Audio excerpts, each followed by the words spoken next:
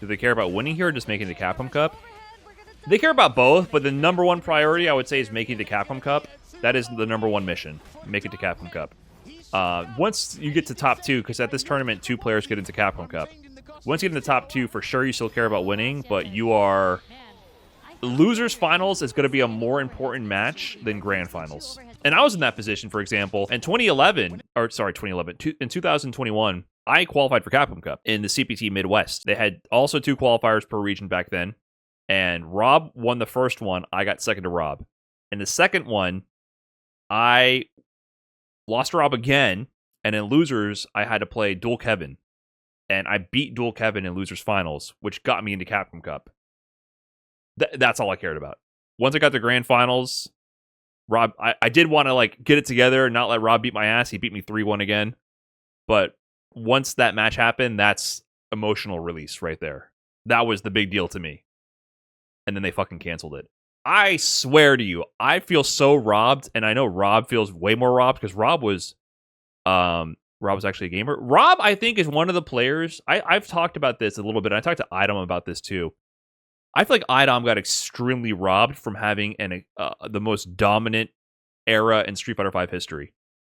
Punk had it. I think iDom could have had a similar late Street Fighter V era reign that Punk had.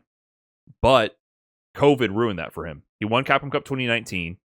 And then I think from there on out until Street Fighter VI released in 2023, I think iDom could have dominated the world in Street Fighter V.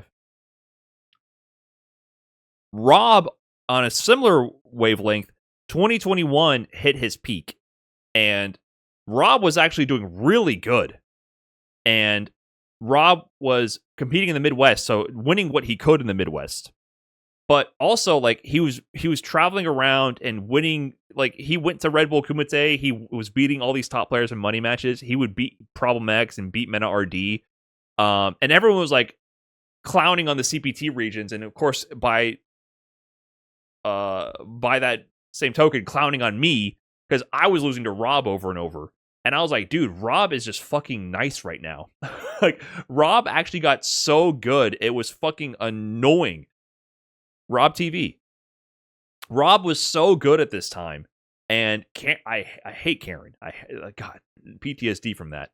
And I think he got robbed of his era because he could only compete within the CPT region. And so he could only beat up on me. And then because no one respects me or Rob, then no one cares about the accomplishments. And people don't know or couldn't judge the levels. I feel like if me and Rob actually got to have the offline Capcom Cup, I think we would have made waves. I honestly feel that way. Based on the players that qualified, Balrog was busted. Karen was strong as ever. Rob was as strong as ever. I honestly feel like we could have done major damage to that bracket in 2021 from the pool of players who qualified. And I think for both of us, that was our competitive peak. From there on out, for me, it went downhill. We qualified for Capcom Cup, and then the rug was pulled from beneath us, and then nothing mattered anymore. So from that point forward, that's when I switched to Oro.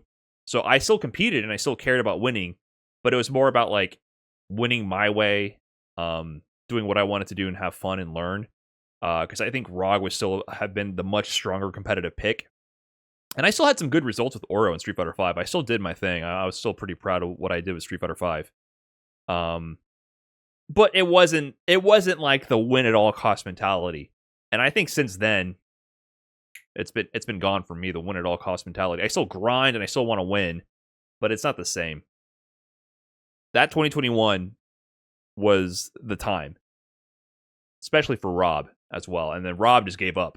He's like, I'm done. Like, moving on to other things.